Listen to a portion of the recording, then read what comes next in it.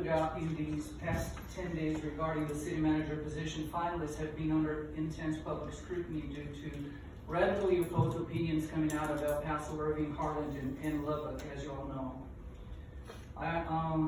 Let me skip this part here. The problems,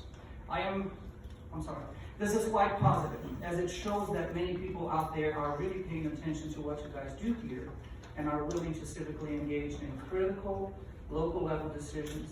It is profoundly unfortunate and upsetting that this whole process has not been fully open to the community from the get-go. The problems you guys brought upon yourselves, even spilling over to the finalists now as a result of locking up the process from the beginning, are number one, in this information age, nothing can be hidden if one really wants to know anything. And number two, a good chunk of our community has gotten a very dubious perspective on Mr. Gonzales, an Army veteran that deserves our full respect. He should be treated fairly and totally be given the benefit of the doubt. As someone who was falsely labeled as a terrorist myself, I know precisely how deeply false accusations can hurt. I wanted to remind you all that that outstanding portion of the Declaration of Independence, the consent of the government, means that your legitimacy and moral right to use your government powers is justified and lawful only when consented or agreed to by the people over which your political power is exercised. But that can only be achieved with full transparency so that people pro and against an issue can be heard before any vote is taken. More civic engagement is always better than less engagement. You probably have a legal explanation or a political justification for keeping the process under wraps, but I believe the community is at least entitled to clearly know about your reasoning. Why have you all decided not to open the hiring process to the always wise inputs of the community?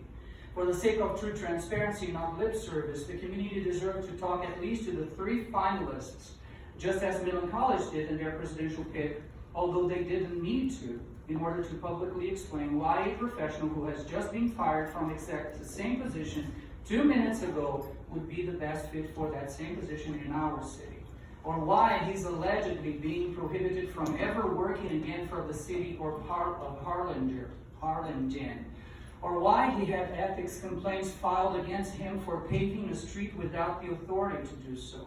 Again, just allegations out there, but for us, still open questions.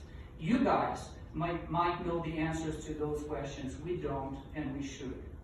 Over the weekend, we read on MRT that Mr. Gonzales, when asked about the chatter around, said, quote, "All a person has to do is ask, and I will answer with the truth," end of quote.